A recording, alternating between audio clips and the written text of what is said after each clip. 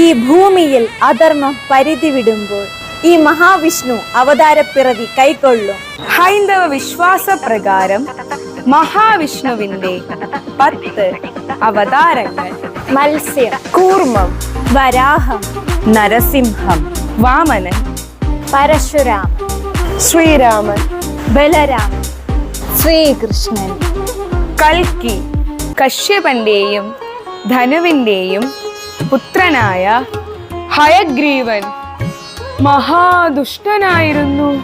ഹയഗ്രീവൻ എന്ന ഞാൻ ആകാശത്തിനും ഭൂമിക്കും പാതാളത്തിനും എന്നും അധിപൻ. ദേവന്മാരോ അസുരന്മാരോ മനുഷ്യരോ എനിക്ക് അതീതനാവാൻ പാടില്ല.